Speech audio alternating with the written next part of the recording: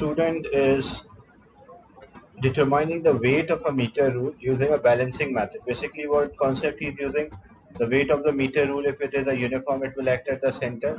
The clockwise moment balanced with a anti-clockwise moment by this weight P, so that we can use a law of moment to calculate the weight of the meter rule. The student places the meter rule on a pivot. He places a load P on the meter rule at 90 centimeter mark, and keeping a load P at 90 centimeter mark, he adjusted the position of a meter rule so that the meter rule is near as possible to being balanced.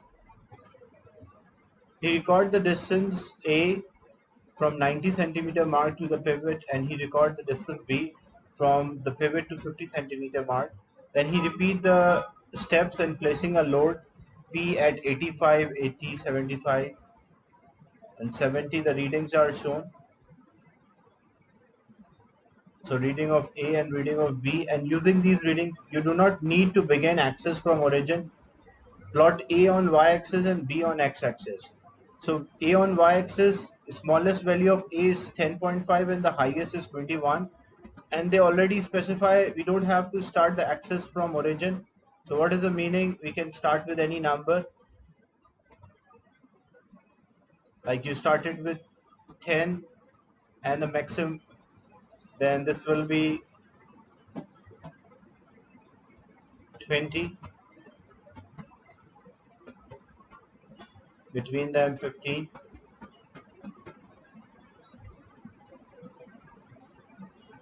So here this will be 12.5, this will be 17.5, and you should label the axis A as in centimeter.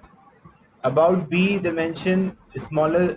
Again, for B, we don't have to start the axis from origin. Smallest is 9.5 and the highest is 19.1. So we can use the same scale. Whenever you plot a graph, try to use 75% of the graph space, so that you will not lose any of the mark related to the graph. I will roughly sketch a graph. I will not plot a graph. As you can see, when we'll take an mark an axis, as you can see from the number, when A is 21, B is 19, A is 18, 17.2. So as value of A is decreasing, value of B is also decreasing. So when you plot these results, it will be, you will have the points, and it should be a best fit straight line in which you have A on y-axis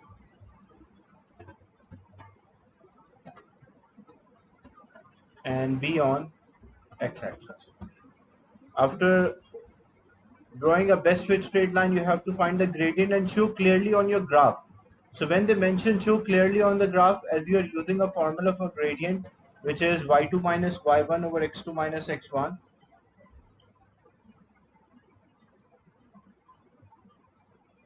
So we'll take 2 points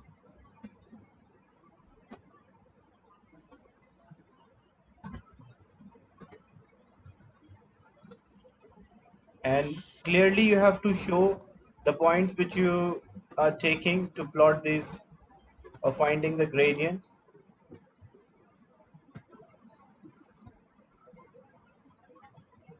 The first point on y-axis, that's y1, second point is y2, first point on x-axis is equals to x1, and the second point on x-axis is known as x2.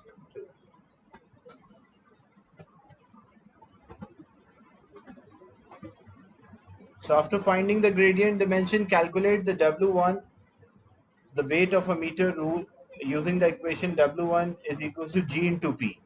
So G is a gradient, it can be any number. Example, if say it was 2. So what we'll do, 2 multiplied by 1, we'll get this as 2 Newton. Suggest one practical reason why it is difficult to obtain accurate reading of A and B in this type of experiment. What are the practical difficulties when we are using a balancing experiment?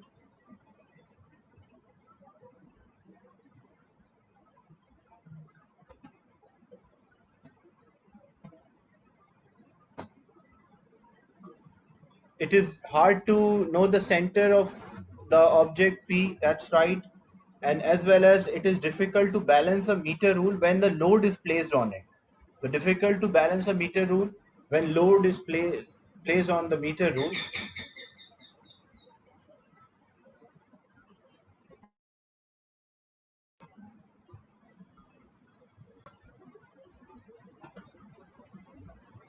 So difficult to find the center of the load, that's also another practical difficulty. And if they ask like how you can find where is the center of the object or center of the load, so you can measure a distance from both ends and take an average to identify the center. In part E, the student measure the mass of a rule on a balance. Write down the mass M shown in the balance nearest gram.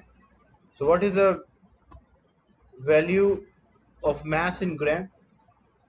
So nearest gram here, when they are mentioning nearest gram, means they want you to round off to suitable number of significant figures. So when you round off, it will be 113 grams.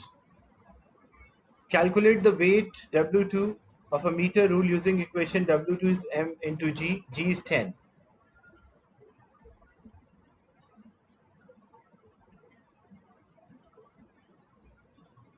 So it will be 1130. But one more thing, when you are using this formula W is equals to mg, the mass should always be in kilogram, not in gram. So first what we have to do, if we directly multiply by 10, like if I write this answer, then it will be wrong. Because in formula W is equals to mg, the mass should always be in kilogram. So this 113 gram, first we have to convert into kg. Because the gravity unit is Newton per kilogram, so it means the mass should be in kilogram. So divide by 1000. So 113 divided by 1000, that is 0.113 kilogram, and then it is multiplied by 10, so that it will be 1.13 Newton.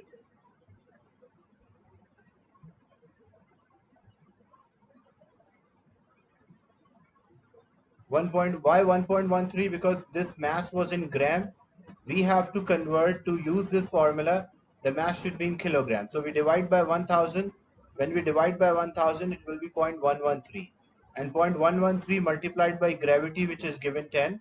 So it will come out 1.13 newtons. State and explain whether this value of W2 can be considered equal to W1. So in the first part, example, as we took, our W1 was 2 and W2 is coming out 1.13. Are the two values equal? So whenever we want to compare the two values, we calculate by percentage difference. The percentage difference is equals to maximum value minus minimum value divided by mean into 100. The answer of this part depends, because it is a related part, so this is the error carried forward part as well. Like maybe you did mistake in W1, but when you're comparing your answer of W1 to W2, so you have to write accordingly. So maximum minus minimum divided by mean.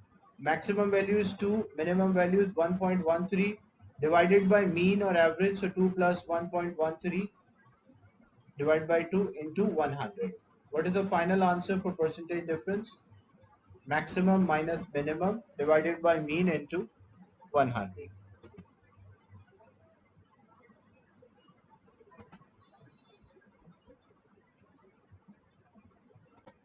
The percentage difference, when we calculate a percentage difference, the percentage difference will come out more than 10. So if a percentage difference is more than 10, it means within limit of experimental accuracy, the two values are not equal.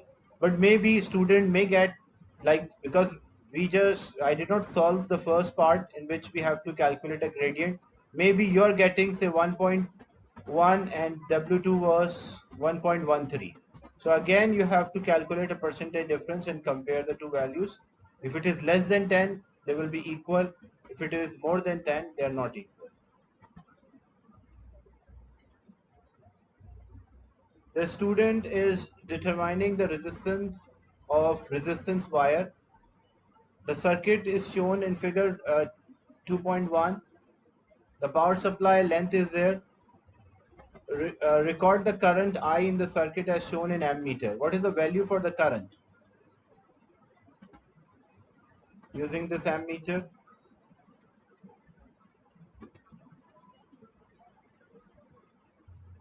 so it is between 0.46 and 48, so it is 0.47, because each value is representing 0.0. As between 0 and 0.2 there are 10 digits, so each value is representing 0.02. Yeah, so 0.47 amperes.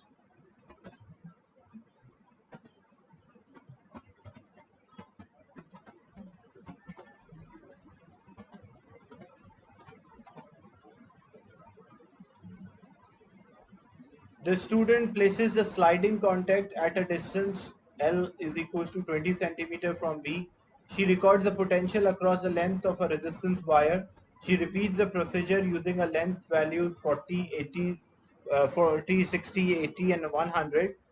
All the readings are shown in the table 2.1. Calculate and record in the table 2.1 V by L. So voltage divided by length. You can complete this table by using a screen annotation. V divided by L means 0.5 divided by 20, 0.92 divided by 40, and all should be in the same number of significant figure or decimal places, like take 3 decimal places. All the values should be in 3 decimal places.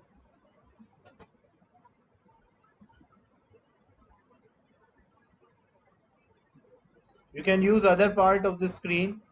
You can use this side as well.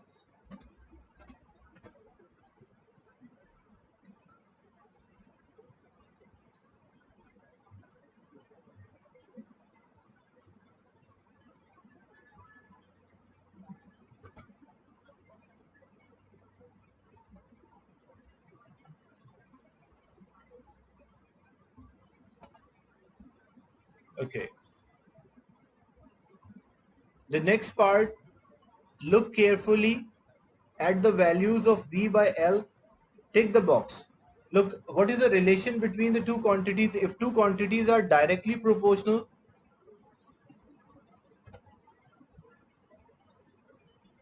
then their ratio will be constant.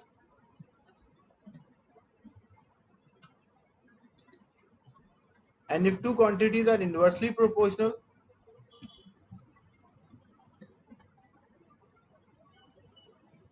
then their product will be constant. So here we are taking a ratio. Is the ratio constant, like 0.23, 0.025, 0.023, 0.027, 0.026, 0.024?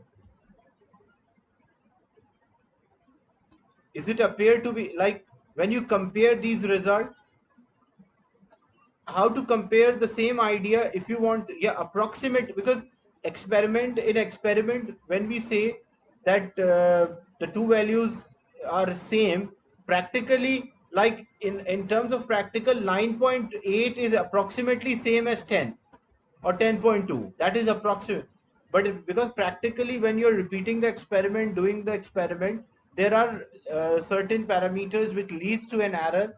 So when you check these results appear to be constant, appear like 0.24, 0.26, 0.27, 0.23, 0.25. So what it appear? It appear that they're approximately constant. So which box I should take? I will take the first box.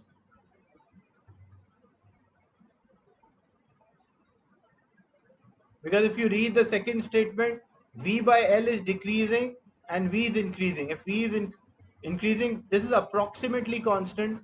So what we have to do, tick the box to show your conclusion from the result. When we see these values, when we see these numbers, 0.025, 0.023, 0.027, 0.026 and 0.024. So these values are approximately same. They don't have too much difference. So if these values are approximately same, we can say that the ratio between VLN is approximately constant. There is no pattern, like you can see 0.025, then 0.023, 0.027, 0.026, 0.024. So when you work out, these values are approximately same. That's why we say the ratio is constant.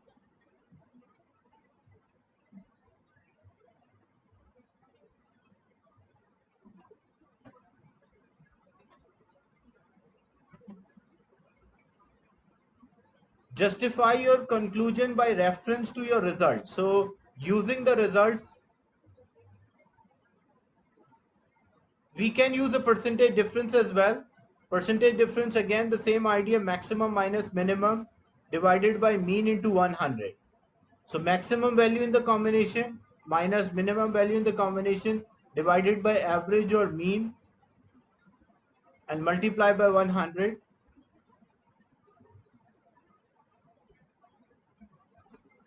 You can calculate a percentage difference as well. So justify your conclusion by reference to your result. So what we can say within limit of experimental accuracy,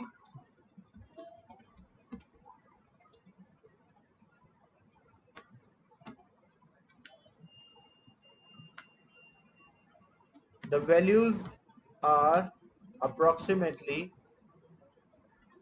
same, and when you calculate the percentage difference, and the percentage difference will be less than 10%.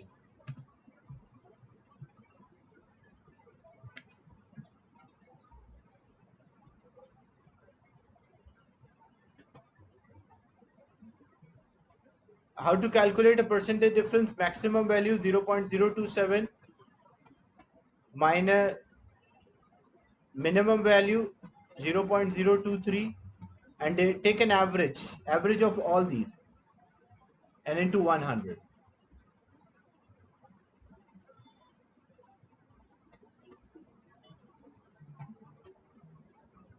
So you can use the percentage difference for a group data as well, or for only two values you can also use the percentage difference.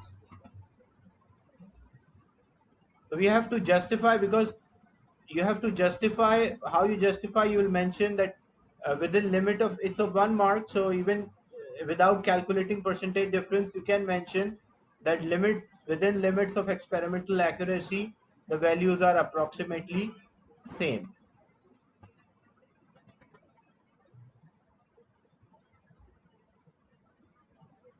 In part D, calculate the resistance of 100 centimeter of resistance wire using the equation R is equals to V divided by I, where V is the potential across 100 centimeter and I is the current which we calculated. So what is the voltage across 100 centimeter length? That was 2.4, and the current which we already calculate using an ammeter value, the current was 0.47, and the voltage is 2.4. So what is the resistance?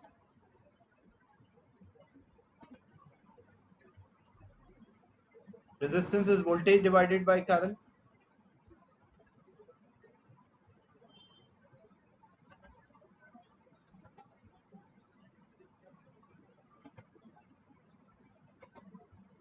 5.10 or 5.11 ohm. You can write in two significant figure or three significant figures. 5.10 or 5.11 ohm. In this type of experiment, it is sensible to keep the temperature constant because the temperature affects the resistance. So to keep the temperature of a resistance wire as close as room temperature suggests one way. So what we can do, if we want to reduce the heating effect of a wire, so we can, when we are doing the, because like example, if you are using electronic device or appliances, if you use the device for a longer period of a time, then it increases the temperature.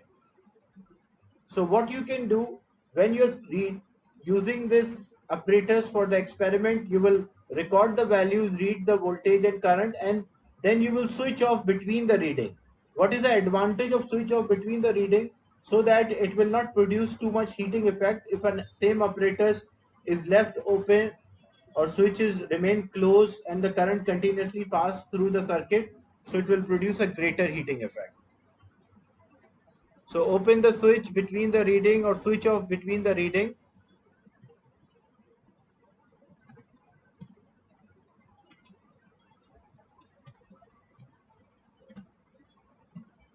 Or you can use a low voltage, low current supply, because greater the current, greater the heating effect. Draw the circuit symbol for a variable resistor. So you just have to draw that symbol, a circuit symbol for variable resistor.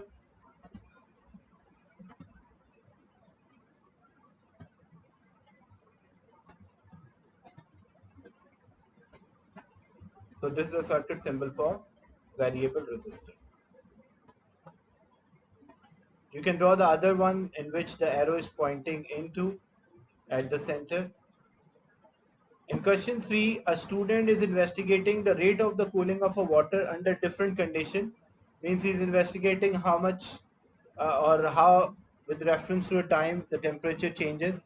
A greater rate of cooling occur if there is a greater change in temperature during the same period.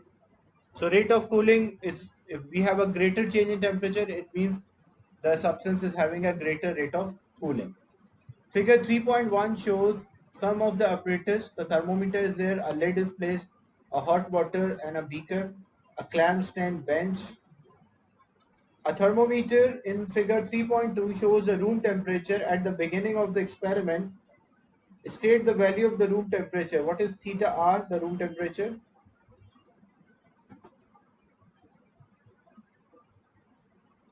So that's 24 degrees centigrade. The student pours 200 cm cube of a hot water into a beaker. She records the temperature of a hot water in the beginning when time is equals to 0, like at the beginning of experiment. She immediately start the stop clock and she continue to record the time and the temperature reading for 30 seconds as shown in table 3.1. So these are the temperature readings shown for beaker and a can. The student repeat the procedure using a metal can painted matte black in place of a beaker. So she used a matte black, and then the first one she uses a beaker. The readings are shown in table 3.2. Complete the column heading. So you can use a screen annotation to complete the column heading.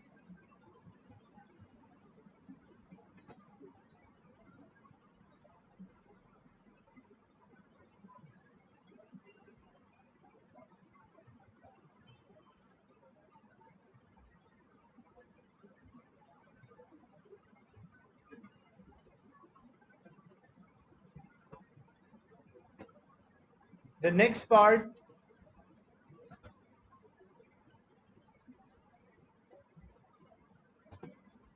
the student repeat the procedure using a metal can painted matte black. And now look carefully at the reading in table 3.1 and 3.2. Tick the box to show your conclusion from the reading. The water in a beaker has a greater rate of cooling. The water in a beaker has a smaller rate of cooling, or there is no significant difference in a rate of cooling. Rate of cooling refers to a temperature change. So what is the temperature change? It started from 94 and ended at 89. What is the change in temperature for a beaker? That's 5.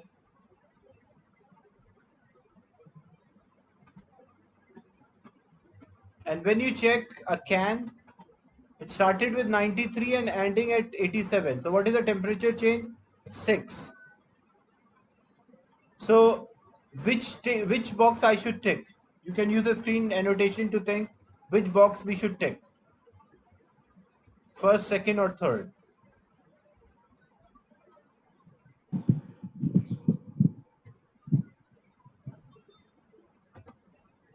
So it should be the third box. Reason for that, because when you compare like 5 and 6, it's not a significant change. If I'm comparing the two results, if significant change here, like example, maybe this changes the temperature 5 but the other one changes the temperature by 16, so that is a significant change. But if one changes the temperature by 5, another one changes the temperature by 6, that is not a significant difference between the rate of cooling. That's why. So, and justify your answer. How you justify? You will mention very small, like the similar change in temperature or approximately same. For a beaker, the change in temperature was 5 degrees, and for can, the change in temperature is 6. So, within limit of experimental accuracy, the two have the similar rate of cooling.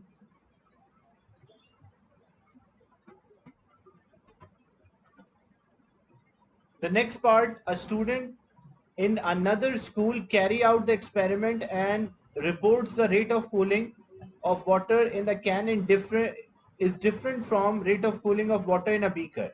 So another school student carry out the experiment and he found that the rate of cooling in a can is different from rate of cooling in a beaker.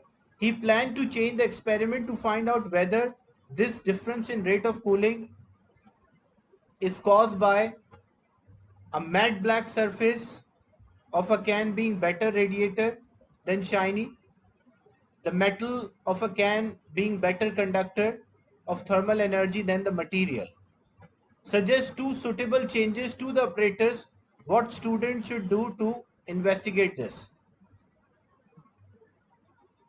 So basically, what a student is doing, he planned to change the experiment to find out whether the difference in the rate of cooling is because of the matte black surface or because of the type of the metal which this can is made up of.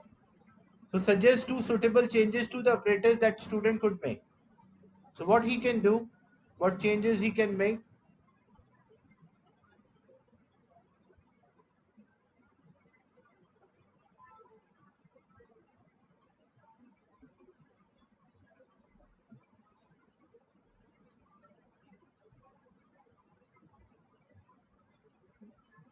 So what he can do, the first one, he can use a the first one, what he can do for first experiment, because the matte black surface can be a better radiator, then so use painted matte black and then the shiny one. This is one thing. And then the second one, what he can do, he can, because he want to identify the second one, the metal of a can being better conductor of thermal energy than material of a beaker.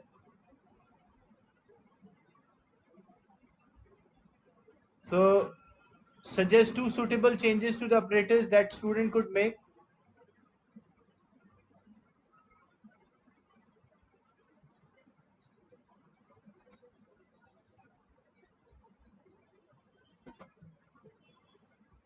So he can use a black painted beaker and then he can use a shiny or unpainted beaker. Lid is already there for the experiments.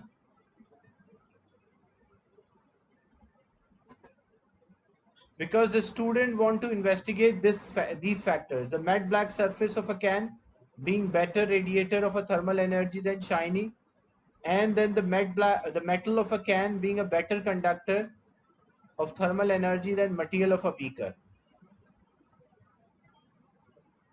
So when he's finding, one should be,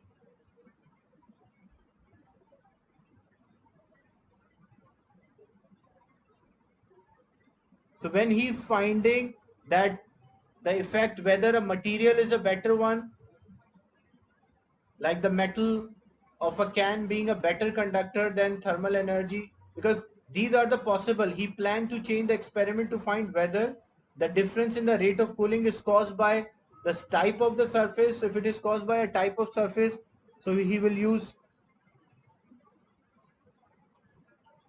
a metal and a beaker both painted black to control that factor. That's right.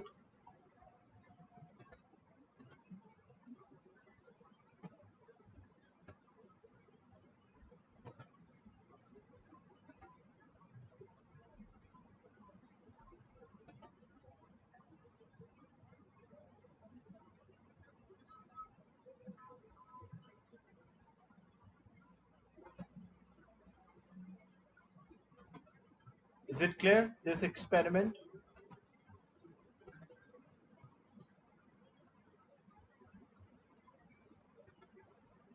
Suggest two variables that should be controlled in order to make the experiment fair. How he can make a fair experiment? For a fair experiment, what he should do, take a same volume of the water, same initial temperature, same surrounding temperature, same surface area,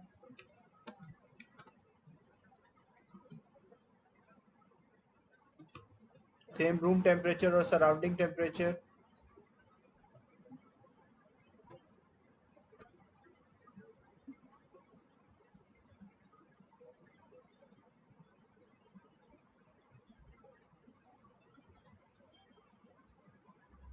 and same amount of liquid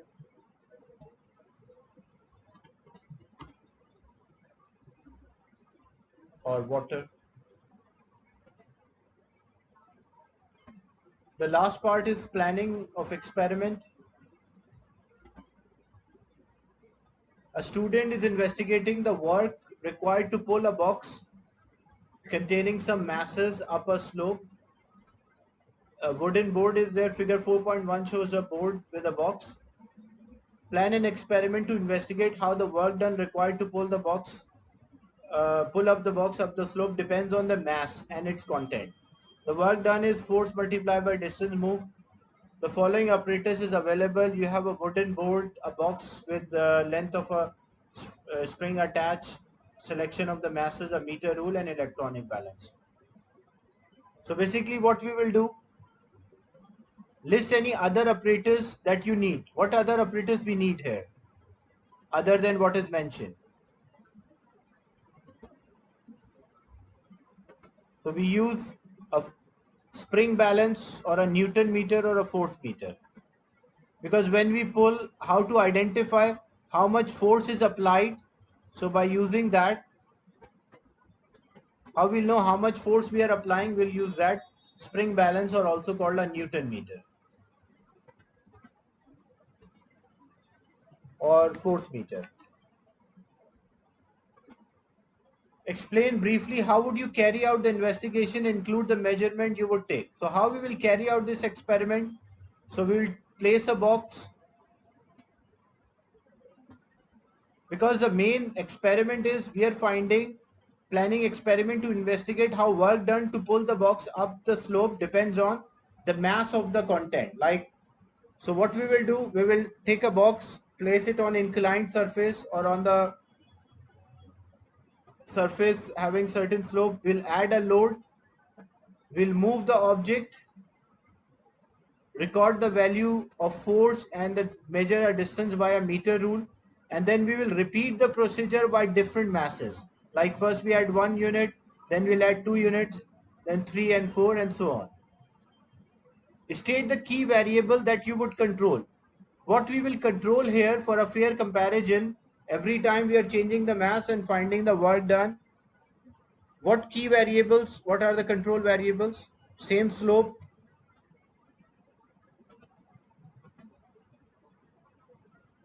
and it is variable, it means it should be the distance move. We cannot mention the same masses, length of the wooden board, or same type of string we are using, because string is stored elastic strain energy. Time, the work done does not depend on the time.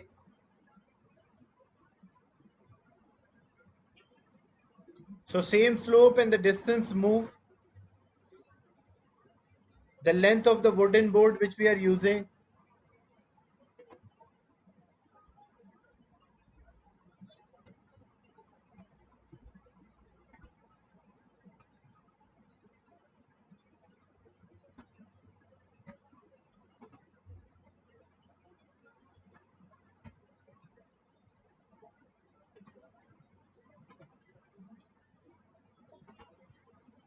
Draw a table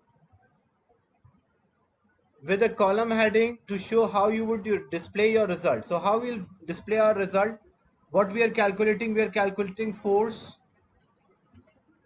we are calculating distance,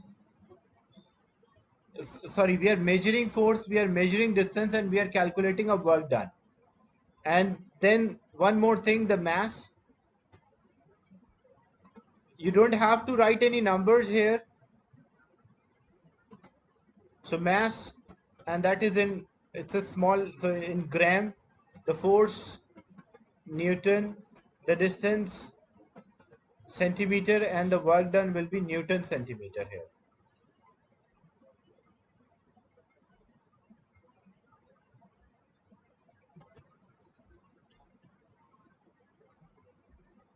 Explain how would you use the result to reach a conclusion. So what we can do when they ask how we reach a conclusion, because the two factor which we are investigating, the relation between the work and the mass. So we can mention, plot a graph between the work done and the mass.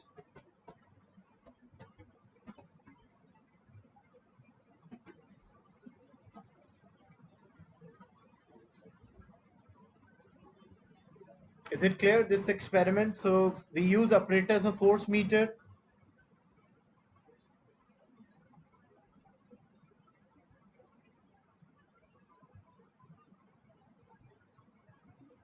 Here in the planning of experiment, because they ask you want to calculate a work done to move up the slope. So you are not letting it like stay at the top and it will slide down. You're not finding that factor, only how much work is done to move the object on the inclined surface or up the slope. As it is mentioned in the question, they specify plan experiment to investigate how the work required to pull the box up the slope depends on the mass of the box and its content.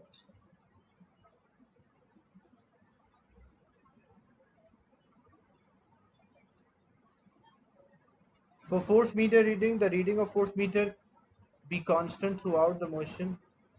Yeah, practically, yes, it should be constant throughout the motion, what force we are applying. Otherwise, the work done might change. Or practically, it will be difficult to have a constant force, so we take a maximum value of the force during the motion. Is it clear?